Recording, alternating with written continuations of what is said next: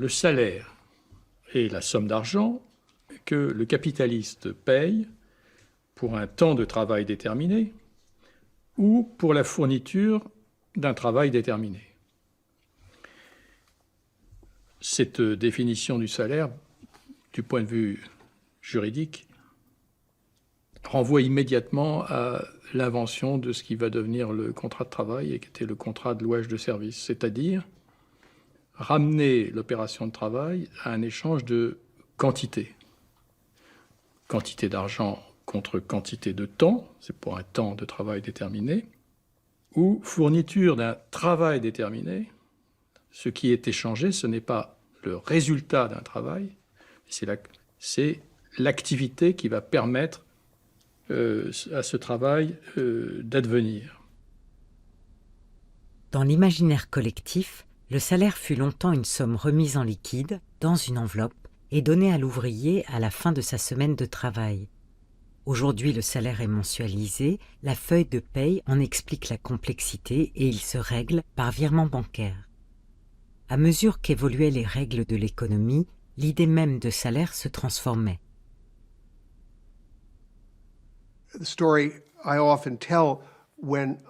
C'est une histoire que je raconte souvent à mes étudiants. Au début du XIXe siècle, il y avait encore l'esclavage aux États-Unis. Beaucoup de canaux devaient être construits dans le sud. Alors je leur demande, à votre avis, qui a construit ces canaux? Les étudiants répondent, eh bien c'est les esclaves. Et en fait non, ce n'étaient pas des esclaves. C'étaient des immigrés irlandais. La raison est très simple quand on y pense. Construire un canal, c'est dangereux. Si un esclave meurt, vous perdez de la propriété. Perdre un esclave, c'est perdre sa possession. Si un Irlandais est tué, eh bien on en engage un autre. Et vous ne perdez rien. Je suis ironique, bien évidemment, quand je dis que ce n'est pas grave de perdre un Irlandais. Mais ça montre bien l'avantage du salariat. Le mot salaire, ça vient du sel, c'est une quantité de sel, envisagée comme unité de compte. Et ce n'est qu'une des formes possibles de la rémunération du travail. C'est celle qui est typique de l'idée de marché du travail, donc du travail marchandise. Et c'est pourquoi il faut avoir un usage, si possible, précis de cette notion, pour ne pas faire disparaître d'autres expressions qui renvoient au fond à d'autres formes d'expérience du travail. Dans la langue française, nous distinguions l'honoraire, par exemple, du traitement et du salaire. L'honoraire, c'est la situation où quelqu'un vous a rendu un service qui n'est, pour reprendre la terminologie de Kant, qui dit il y a des choses qui sont appréciables à prix d'argent et ce qui n'est pas appréciable à prix d'argent, c'est ce qui a une dignité. Eh bien, le service que vous a rendu un médecin qui vous sauve la vie, l'avocat qui vient à votre secours, ça n'a pas de prix. Ça n'a pas de prix, tout ce que vous pouvez faire, c'est l'honorer. Bon. Donc l'idée d'honoraire, c'est l'idée de modestement témoigner de votre reconnaissance vis-à-vis d'un service inestimable sur le marché. C'est autre chose que du salaire. Et l'idée de traitement dans la fonction publique est renvoyée au fait que vous allez servir l'État pendant une durée. Ce sont les héritiers de ce qu'étaient les esclaves impériaux. Par exemple, la Sublime Porte, ce sont des gens qui renoncent à avoir leur propre liberté, leur propre activité, mais pour se consacrer à un service de bien commun. Et en échange, on ne va pas leur donner, d'ailleurs ce n'est pas un échange, le prince pour lequel ils travaillent va bien les traiter. Il va les traiter à la hauteur de leur rang. Et ce qui explique que dans beaucoup de conflits du travail qui impliquent des fonctionnaires, la revendication de la dignité, on l'entend toujours. Vous verrez les infirmières défiler, elles vont dire on veut être mieux payé, mais on veut reconnaître la dignité de notre travail. C'est typique d'un certain rapport au travail. Vous n'allez jamais voir ça dans le secteur marchand. On pourra dire qu'on travaille dans des conditions indignes, mais ce n'est pas de revendiquer la dignité propre du travail. Donc, si nous voulons penser un peu au-delà, le travail, au-delà simplement des catégories que lui a donné le capitalisme, il ne faut pas appliquer la notion de salaire partout. Ce qu'on a tendance à faire lorsqu'on dit, par exemple, eh bien, ça va être du salaire maternel que de s'occuper de ses enfants, ce qui vient loger un rapport marchand dans le rapport de la mère à l'enfant, ce qui est quand même un indice de ce que j'ai pu appeler le marché total. Le salariat, c'est vraiment une forme très spécifique d'organisation du travail. L'idée qu'on doive se lever le matin pour aller gagner son pain contre de l'argent, qu'on échangera ensuite contre ce qui satisfait nos besoins, c'est quelque chose qui, parce qu'on vit dedans et que c'est la forme aujourd'hui la plus répandue d'organisation du travail, nous paraît aller de soi. Mais quand justement on prend de la profondeur historique et de la perspective, on s'aperçoit que c'est une façon, comme parmi bien d'autres, d'organiser le travail. Comment Marx définit-il le rapport salarial? Il le définit comme un rapport de double séparation. Séparation des travailleurs d'avec les produits de la production et d'avec les moyens de la production. Et il ajoute, le salariat, c'est aussi la constitution d'une figure historique inédite, le salarié précisément, construit comme sujet porteur libre d'une force de travail offerte au louage. Voilà, c'est ça le salariat. C'est quand on s'active dans ce système de rapports sociaux-là. En fait, pour que le salaire se généralise, pour que l'économie se mette à reposer sur le salaire, il faut une condition préalable que Marx avait soulignée. Il faut que vous ayez des gens qui aient besoin de travailler pour d'autres pour vivre. Autrement dit, que ces gens-là aient été privés de leurs moyens de travail. Et il faut que dans la société, vous ayez une proportion importante de gens qui n'aient plus accès à la terre, qui n'aient plus accès aux moyens de production, quels qu'ils soient. Le salaire s'est imposé comme mode de régulation du travail à partir du moment où le rapport social de production a mis en évidence le fait que l'homme pouvait être dépossédé de son travail. Et donc, c'est un processus qui est un processus en même temps d'individualisation des tâches et un processus de rémunération de l'effort, mais une rémunération de l'effort qui n'est pas visible d'emblée par celui qui fournit l'effort au moment où il fournit l'effort. Et donc, on pense que c'est le processus du capitalisme lui-même qui est à la base du développement du salariat. Aujourd'hui, dans les pays développés, à peu près 90% de la population active est salariée. Ça veut dire qu'en réalité, 90% de la population active a été historiquement dépossédée de ses moyens de travail. Et d'ailleurs, ce n'est pas le moindre des paradoxes que cette société qui se présente sous le drapeau, disons, de la propriété privée, de la libre entreprise, c'est finalement la société dont les mécanismes ont exproprié le plus de gens, sans doute, au cours de l'histoire. Beaucoup de gens sont sortis de la misère grâce au salariat. Mais à l'heure actuelle, ce qu'on observe, c'est que ce schéma que nous qualifions de taylorien-fordiste, il bute contre un certain nombre de réalités. L'ouverture à des modes de production qui sont radicalement différents. Un discours néolibéral qui est un discours culpabilisateur, qui consiste à dire, vous voyez, vous gagnez très bien votre vie, vous ne devriez pas vous plaindre. Okay. Et en face de vous, on vous brandit les salaires des Chinois ou les salaires des Africains.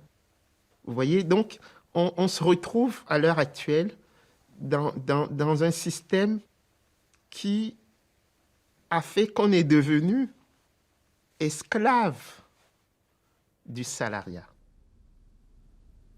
Depuis la fin du XVIIIe et pendant plus d'un siècle, le salaire a été le moyen de forcer le travailleur à revenir le lendemain. Ce salaire, qui ne représentait que le juste nécessaire pour permettre la survie du travailleur et de sa famille, Karl Marx le désignait comme salaire de subsistance. Le salaire de subsistance, ça c'est une idée très importante et qui est historiquement construite également. Historiquement construite à partir, je dirais, de la fin du XVIIe et du début du XVIIIe siècle.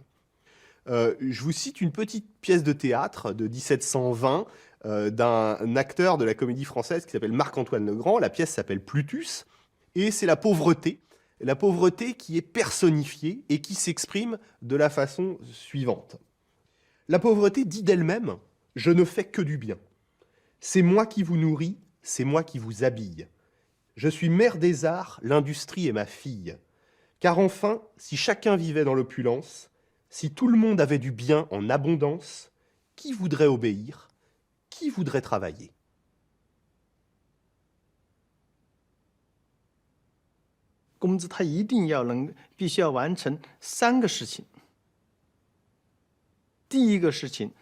Le salaire permet d'accomplir 3 choses. Il assure les besoins fondamentaux pour la vie matérielle des travailleurs. Il lui permet de revenir travailler le lendemain.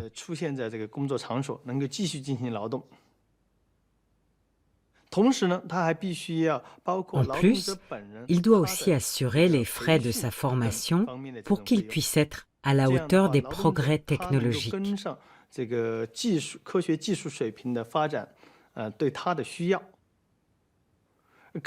plus intéressant, c'est que Marx avait génialement compris que le salaire devait aussi subvenir aux besoins de la famille du travailleur.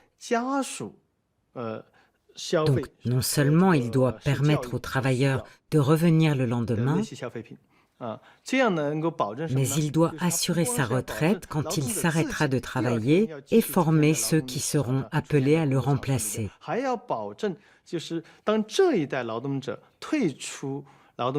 C'est ce qu'on appelle une nouvelle protection de la force de travail.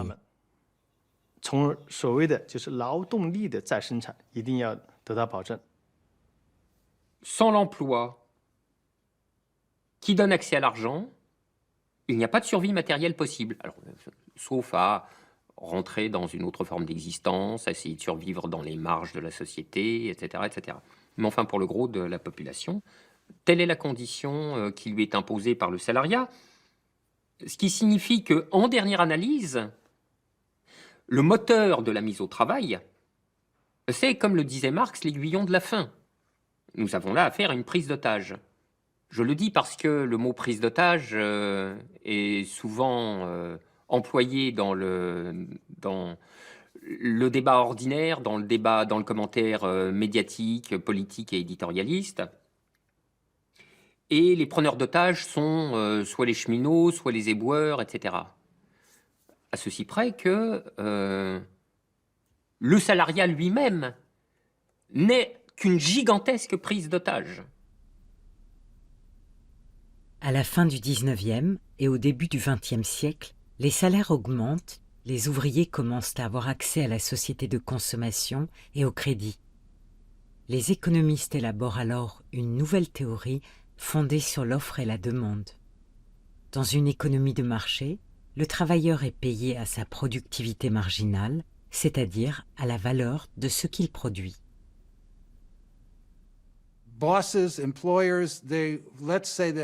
Les patrons, les employeurs veulent faire de l'argent et s'enrichir. C'est tout ce qu'ils veulent. Pour ça, ils ont besoin de travailleurs pour produire les biens qu'ils veulent vendre dans un marché concurrentiel. Un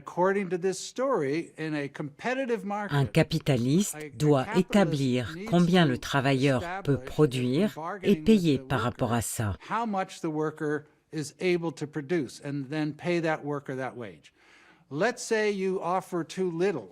Si vous proposez trop peu, le travailleur ira ailleurs, chez votre concurrent, prêt à le payer davantage. Si vous payez un salarié plus que ce qu'il est capable de produire, vous annulez vos profits parce que le travailleur ne produit pas assez pour que vous fassiez des bénéfices.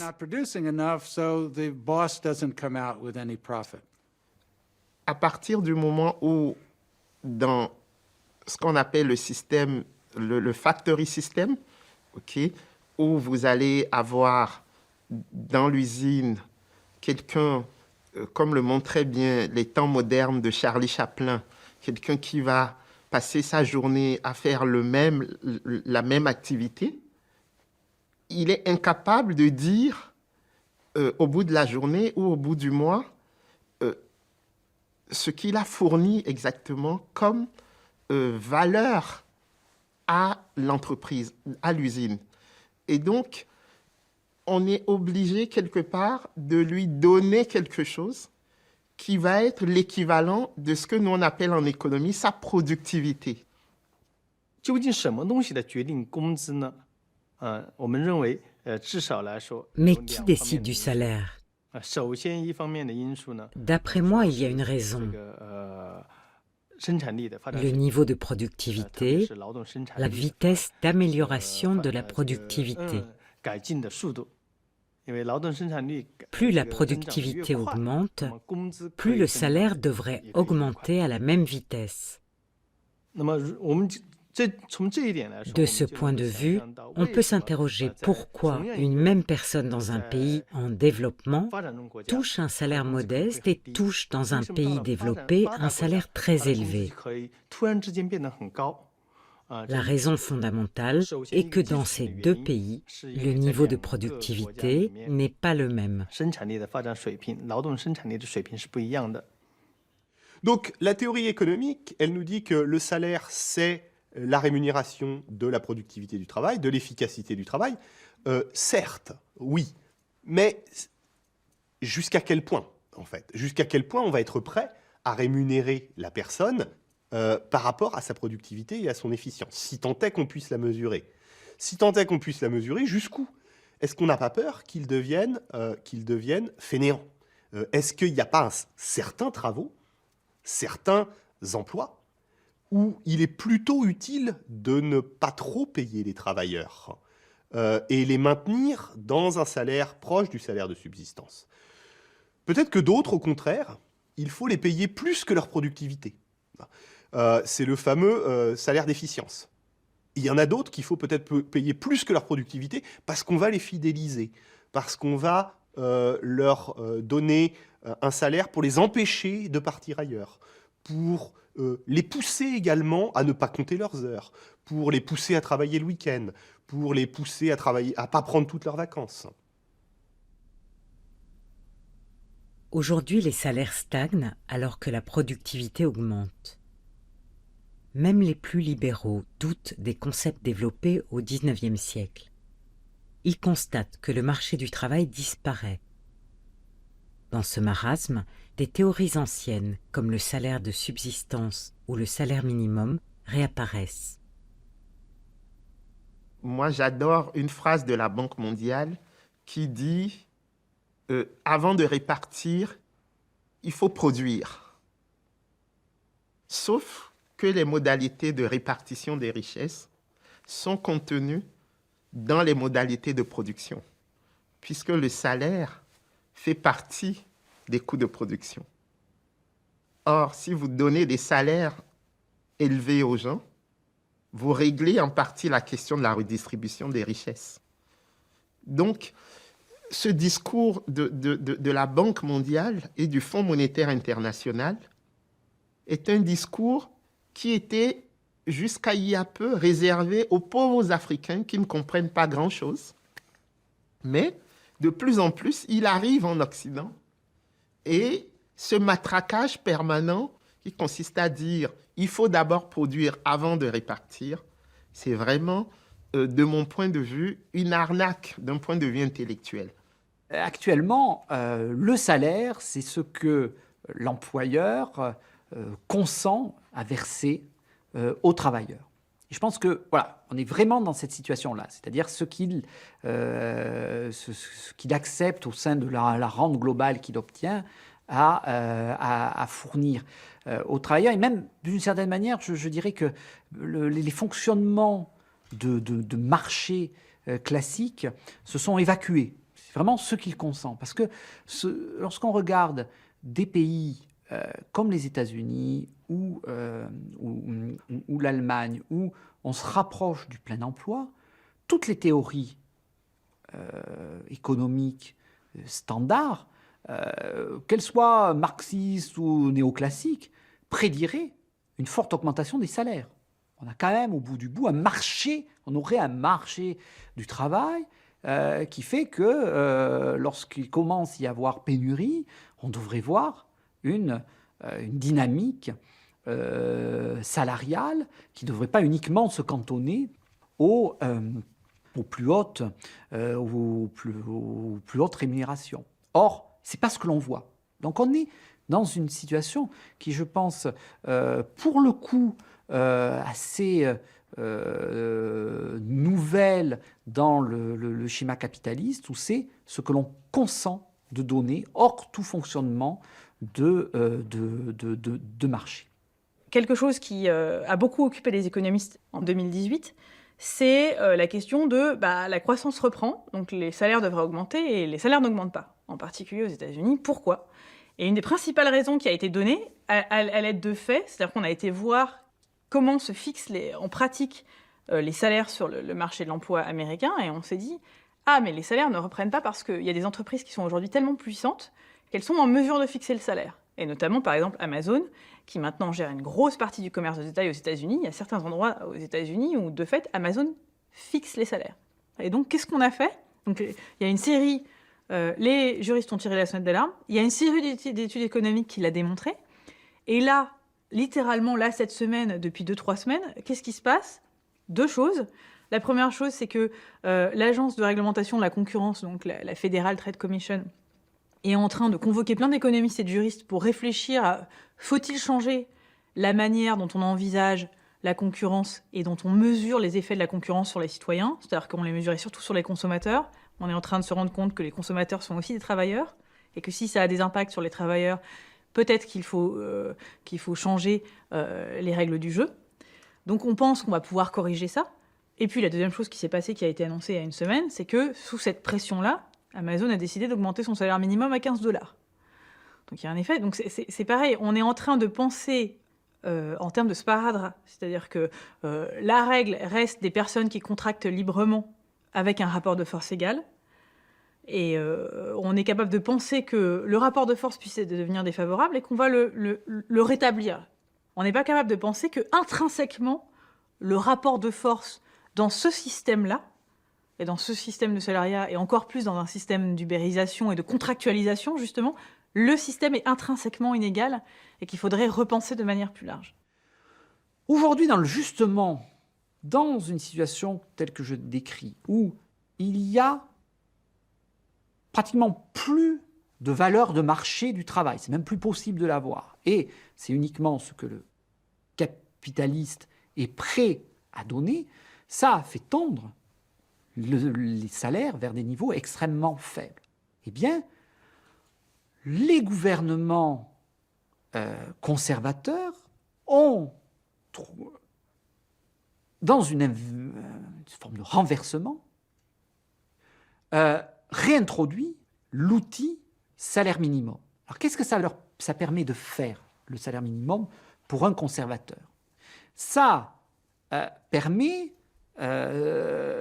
à minima de maintenir une cohésion du travail. Ça permet aussi de dire, on va, nous, agir comme conservateurs en vous mettant un salaire minimum. Il n'y a pas besoin que vous vous organisiez collectivement pour réclamer plus. Pas besoin de syndicats. Et donc le salaire minimum, c'est le meilleur antidote contre une organisation collective du travail. Le salaire minimum s'est aussi révélé comme un antidote pour une seconde revendication possible qui serait celle du maintien d'un État social. Comme l'avait dit Marx dans le 18 Brumaire de Louis Bonaparte, la bourgeoisie est le plus souvent prisonnière, je cite, de ses intérêts malpropres et bornés. Oui, je veux dire, il y a une irrationalité des puissances privées du capital qui n'ont même pas la reconnaissance du ventre, d'une certaine manière. Par exemple, il y a un exemple, il y a un cas qui me semble tout à fait typique. C'est le rapport des dominants capitalistes à la sécurité sociale. La sécurité sociale, fondée par Ambroise Croizat en 1947, etc., a été historiquement le stabilisateur politique du capitalisme, qui était contesté au dernier degré à la sortie de la guerre, parce que les élites libérales non seulement avaient conduit à la grande crise économique qui avait précédé, mais au surplus avaient joué le jeu de la collaboration pendant l'occupation. Donc là, ça commençait à faire beaucoup. Et on sort de la Seconde Guerre mondiale avec l'URSS, qui a été la puissance sans doute décisive dans la victoire finale. Donc avec un système communiste, entre guillemets, puissamment relégitimé, et le sort historique du capitalisme, en quelque sorte, était en balance. Il l'était tant et si bien que les dominants ont, sous la pression, évidemment, dans un rapport de force qui leur était presque entièrement défavorable, pour une fois, les dominants ont renégocié avec le salariat un compromis historique auquel on a donné le nom de Fordisme. Compromis historique qui a sauvé de justesse leur souveraineté sur la production, au prix de contreparties qui étaient quand même tout à fait importantes, en termes de progression régulière des salaires, garantie de l'emploi, passation de conventions collectives et création d'un certain nombre de formes institutionnelles inédites comme la sécurité sociale. Mais sans ça, je veux dire, que serait-il advenu du capitalisme au sortir de la Seconde Guerre mondiale? On n'en sait rien. Mais enfin, les choses auraient pu beaucoup moins bien se passer. Et la sécurité sociale, par le développement des revenus de transfert, c'est-à-dire la stabilisation du revenu disponible des ménages, etc., par-delà les instabilités du cycle économique, en quelque sorte, à fabriquer, à conférer au système dans son ensemble un socle de légitimité sociale et politique sans lequel il n'aurait pas pu fonctionner aussi bien. Bon, et c'est cela même que, les dominants néolibéraux actuels voudraient envoyer à la casse. Aujourd'hui, on fait face à une destruction des acquis sociaux, à une destruction de l'État social qui ne va pas laisser le salariat indemne.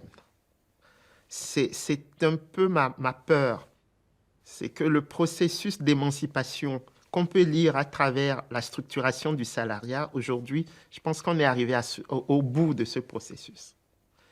Et à la limite, celui qui a un salaire apparaît comme un privilégié, alors que nous savons très bien que dans la répartition de la valeur ajoutée, le capital prend l'essentiel de cette rémunération et absolument pas le travail. En 1992, Alan Budd, l'économiste en chef du Premier ministre anglais, explique qu'à l'époque de Margaret Thatcher, la crise économique a été provoquée pour faire baisser les salaires. Il affirme « La hausse du chômage était le moyen d'affaiblir la classe ouvrière. Pour le dire en termes marxistes, on a alors fabriqué une crise du capitalisme qui a recréé une armée de réserve de travailleurs et permis aux capitalistes de faire depuis lors des profits plus importants. » Marx explique que le capitalisme a besoin d'une armée de réserve. Il a besoin d'une armée de réserve, c'est-à-dire d'une armée dans laquelle donc des chômeurs ou du sous-emploi, des gens qui travaillent un peu de temps en temps, dont le capitalisme a besoin parce qu'il en a besoin à la fois pour faire peur au sens où si vous ne vous comportez pas comme un bon ouvrier, alors vous serez renvoyé dans l'armée de réserve et vous vivrez non plus dans la pauvreté mais dans l'indigence, parce que le seuil entre pauvreté et indigence, en particulier au XIXe siècle, il tient à peu de choses, il tient au salaire du chef de famille. En gros, c'est ça l'idée. Tout le monde travaille dans le foyer, mais si le chef de famille perd son travail, alors on tombe de la pauvreté à la misère, à l'indigence. Donc, soit vous serez renvoyé dans l'armée industrielle de réserve si vous n'êtes pas suffisamment coopératif, je dirais. Et puis, ça sert aussi à maintenir des salaires relativement bas, des salaires de subsistance. Da sind zum Beispiel, das ist interessant, die neuen Mitgliedsländer in Ost- und Mitteleuropa in der EU. C'est intéressant de constater que les nouveaux États membres de l'Europe de l'Est, la République tchèque en est le meilleur exemple, ont des aides familiales relativement généreuses, alors que les allocations chômage sont extrêmement faibles. Donc ce qu'on veut, c'est que les femmes constituent une armée de réserve, qu'elles sortent du marché du travail.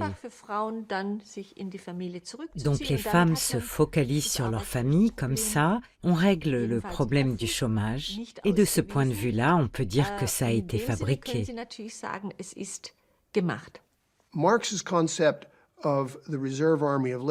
Le concept marxiste de l'armée de réserve de travailleurs est un des aspects les plus fondamentaux du capitalisme. Marx avance que si les travailleurs ont la capacité à un moment de faire monter les salaires, qu'est-ce que font les employeurs? Ils contrôlent l'investissement et le développement de la technologie. Donc, dès que les salaires commencent à monter, ils développent des mécanismes qui économisent le travail. Par exemple, l'introduction de nouveaux matériels, de machines ou d'une nouvelle organisation de travail, etc. Donc ils réduisent leurs besoins de nouveaux travailleurs et de main-d'œuvre, et ça recrée une armée de réserve. Cette capacité de l'employeur, ce droit à choisir la méthode de production, la technologie, recrée en permanence cette armée de réserve. Pour cela, il y avait des travailleurs bon marché disponibles dans les campagnes du temps de Marx, comme il y en a partout ailleurs aujourd'hui.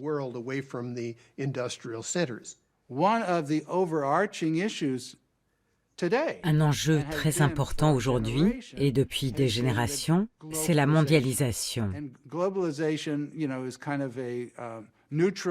La mondialisation est un terme un peu mystique, neutre, qui cache l'extension globale de l'armée de réserve des travailleurs. C'est quelque chose de central.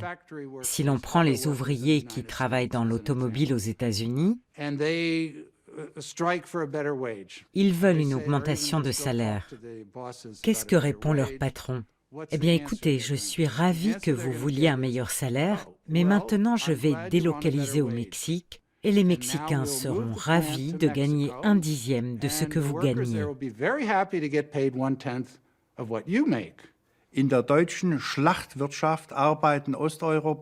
Dans les abattoirs allemands, des Européens de l'Est travaillent en dessous des salaires minimums. Ils vivent dans des taudis, mais ces mauvaises conditions de travail leur semblent toujours préférables que celles dans leur propre pays. C'est une des raisons du Brexit des Anglais. Les Anglais ont réalisé que des gens venaient en Grande-Bretagne pour travailler à des salaires qui sont largement en dessous de ceux qui pourraient motiver les Britanniques. Ces travailleurs étrangers fournissent l'armée de réserve. C'est pas les taux de chômage qui nous donnent une indication sur l'armée de réserve. Les taux de chômage, ils varient en fonction des pays. Il est plus élevé en France qu'en Allemagne ou en Grande-Bretagne, par exemple. Ça ne veut pas dire qu'il y a moins d'armées de réserve en Grande-Bretagne ou en Allemagne qu'en France. C'est pas vrai. En Grande-Bretagne ou en Allemagne, on a également une armée de réserve qui n'est pas comptabilisée de la même façon dans les statistiques. C'est du sous-emploi. C'est les fameux contrats 0 heure en Grande-Bretagne, c'est les mini-jobs en Allemagne, c'est des gens qui sont sous-employés, c'est des gens qui sont à temps partiel en particulier. Donc cette armée de réserve, elle existe partout, elle a partout la même utilité, bien sûr, hein. Elle est l'endroit dans lequel on va pouvoir puiser de la main-d'œuvre si on a une croissance économique forte. Elle est l'endroit dans lequel on va pouvoir reléguer de la main-d'œuvre si on n'a pas une croissance économique forte. Et c'est un endroit où on va pouvoir également faire peur. À la fin des années 90, le directeur de la Banque fédérale américaine, Alan Greenspan, a constaté que le chômage était bas, mais les prix ne montaient pas. Ce républicain très conservateur expliquait que les travailleurs étaient traumatisés. Ce sont ses termes. Les travailleurs étaient traumatisés. Il le disait de manière positive. Pour lui, c'était positif. Les travailleurs, même s'il y avait le plein emploi ou s'il y avait peu de chômage, avaient peur de l'armée de réserve. Ils avaient peur que leur entreprise soit délocalisée. Dans ce contexte, les inégalités salariales s'accroissent considérablement. On assiste à une polarisation du marché du travail. Entre les bas et les hauts salaires, la classe moyenne est laminée. Le personnel d'entretien dans les grands hôtels offre un bon exemple de cette évolution. Dans la plupart des hôtels, vous avez désormais des clés magnétiques. Bon, et ces clés magnétiques qu'utilisent les personnels de service permettent de mesurer le temps qu'ils passent en chambre.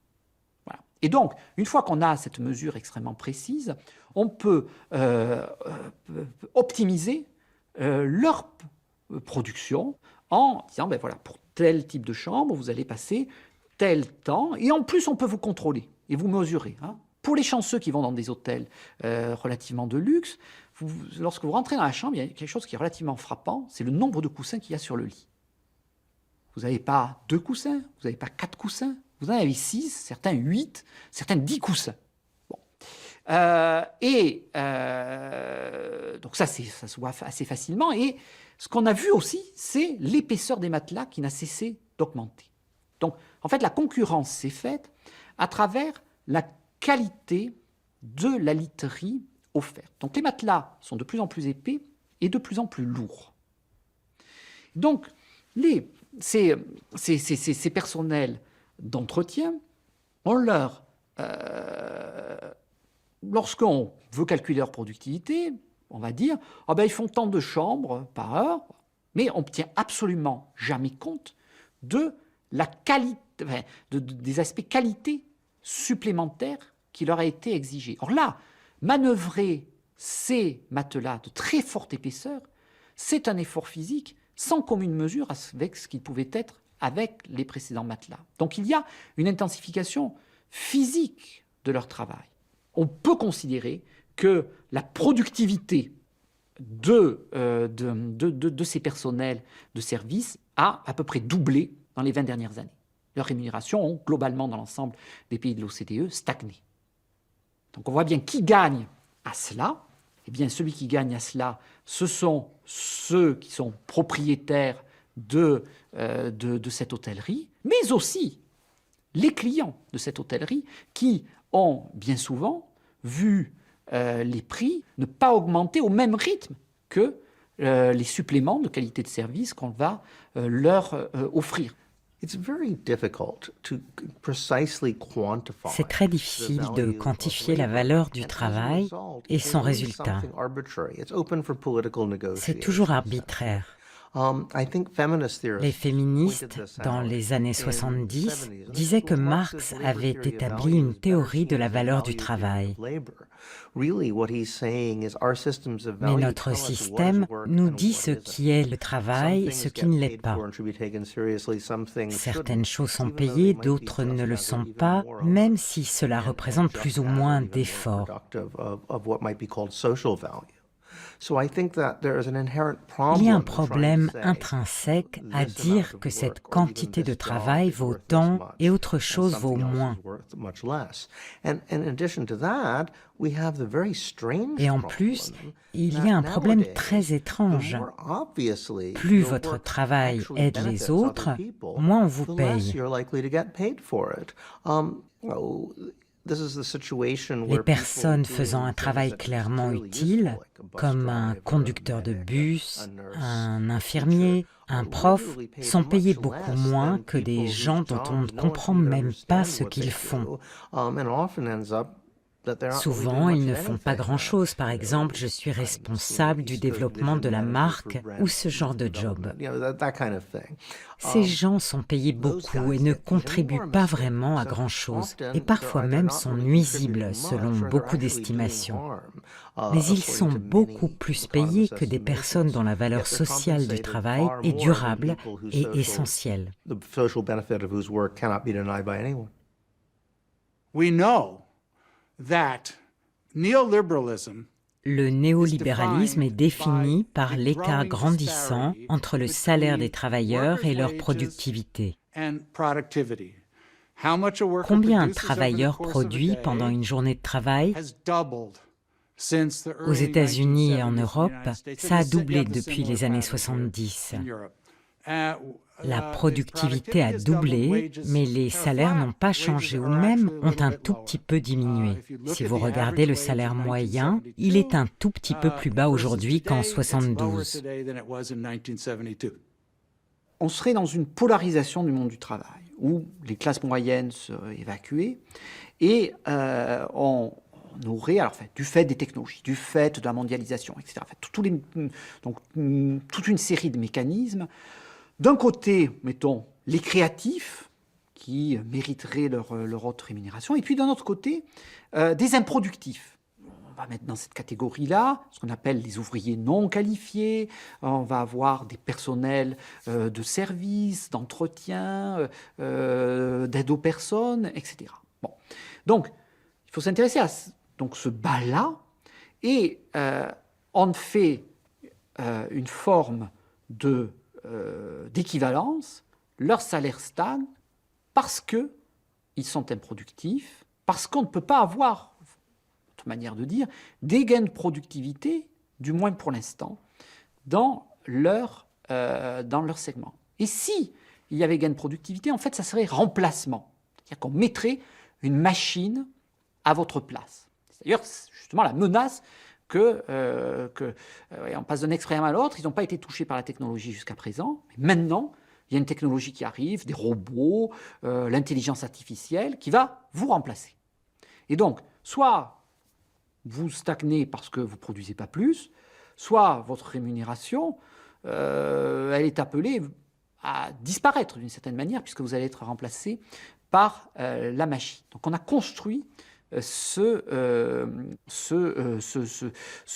discours-là. Et je pense que c'est peut-être la première raison de la stagnation, c'est que ce discours a été construit, accepté même au sein du monde syndical, a été accepté par les forces que l'on social-démocrates, jusqu'à leur disparition, puisque finalement elles ont été très très largement balayées à travers le monde, et au sein même de la société. C'est-à-dire qu'il y a une forme de dévalorisation de tout un pan du monde du travail. Bon. Et donc, je crois que vraiment, on est la puissance en quelque sorte de cette idée qui a été, qui a su habilement être imposée, implique cette stagnation. If you think about it, it's even true in hospitals. Someone was pointing out that about 90%, 80 to 90%. Dans les hôpitaux, 80 à 90% des progrès sur la santé ne sont pas liés aux innovations médicales, mais plutôt à la qualité de l'hygiène et de l'alimentation. also nutrition. So that if we're living longer, if people Si are more aujourd'hui on likely not vit to plus die of longtemps, illness, c'est it's largely largement à because cause de Well, l'hygiène. if that's true, then the people Donc who en clean the fait, on hospitals pourrait are actually prétendre more que les gens qui responsible for nettoient health outcomes ont for the plus d'effets doctors, sur la even though santé the que les doctors médecins, probably paid alors que les 50 médecins sont times as payés much. 10 fois plus. And in fact, there seems to be not only a Le system système whereby permet à certain certaines people personnes are d'être mieux payées more que highly d'autres, même rewarded, si even leur though travail est their moins work is less utile. socially beneficial and vice versa. There seems to be an idea that Et puis le fait d'avoir un effet positif sur le monde est considéré comme une partie de votre rémunération. On dit aux enseignants, votre travail est intéressant, alors pourquoi vouloir de l'argent? One can sort of wonder, well, why do we care so much about inequality? After all, On peut se demander pourquoi on s'intéresse tant aux inégalités. Nous sommes une société relativement riche au regard de l'histoire. Pourquoi des inégalités? Des économistes prétendent que ça a peu d'importance. Ce qui importe, c'est qu'il y a un niveau plus élevé de revenus qu'avant. Même les pauvres tendent à avoir un niveau matériel plus important qu'avant. Mais ces inégalités sont extrêmement destructrices.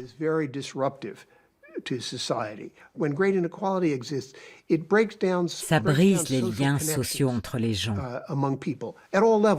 Pas juste les liens entre les riches et les pauvres, mais dans toute la société. Il y a une forme de destruction qui entraîne les violences que l'on peut constater. Depuis le début des années 90, des études ont été faites dont les résultats sont acceptés de façon très large, y compris par les économistes du FMI. Les grandes inégalités sont mauvaises pour la croissance économique, en particulier parce qu'elles contribuent aux facteurs négatifs que j'ai mentionnés. Elles sapent les fondations sociales de la croissance, créent des conflits et de l'instabilité. Donc ce n'est même pas bon pour la croissance économique. Depuis de nombreuses années, les salaires moyens stagnent. Deux acteurs économiques en profitent, les consommateurs et les actionnaires propriétaires des entreprises. Dans ce contexte, certains économistes envisagent à terme la disparition du salariat. Nous autres juristes, nous ne prétendons pas décrire le monde tel qu'il est, mais nous sommes à ce point d'articulation entre le monde tel qu'il est et puis un monde tel qu'il devrait être. Donc ça ouvre la voie, normalement, à réfléchir à ce que pourrait être un monde un peu moins injuste, disons. Parce que c'est quand même ça qui devrait animer la pensée juridique aussi. Alors, si on pense dans cette perspective, je dirais que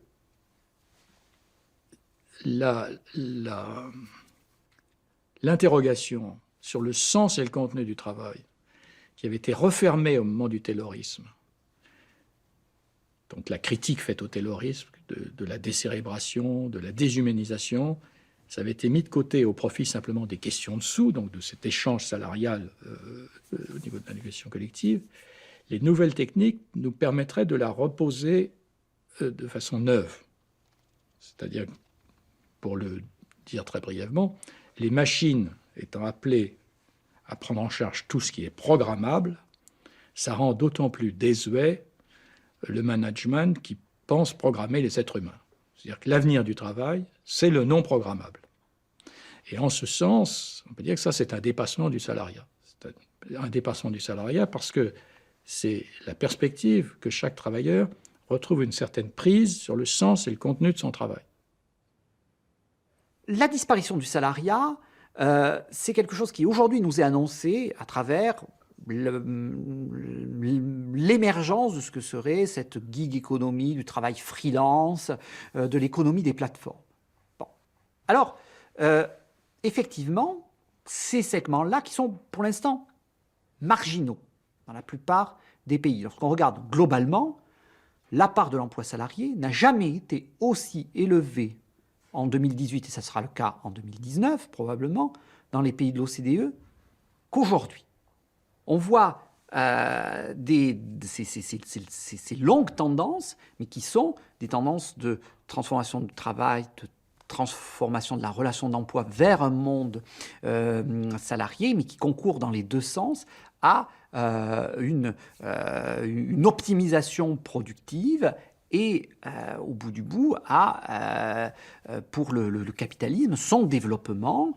Si vous voulez, puisqu'on avait démarré sur Marx, on n'a pas eu de baisse tendancielle des profits parce que il y a eu justement cette capacité, en quelque sorte, de renouveler la relation de travail, donc l'emploi, et de renouveler la manière de produire et d'extraire des forces de travail, un maximum d'efforts et de travail. Donc moi, souvent on dit qu'il y a plusieurs vagues. Moi, je pense plutôt qu'on est dans un élément de continuité.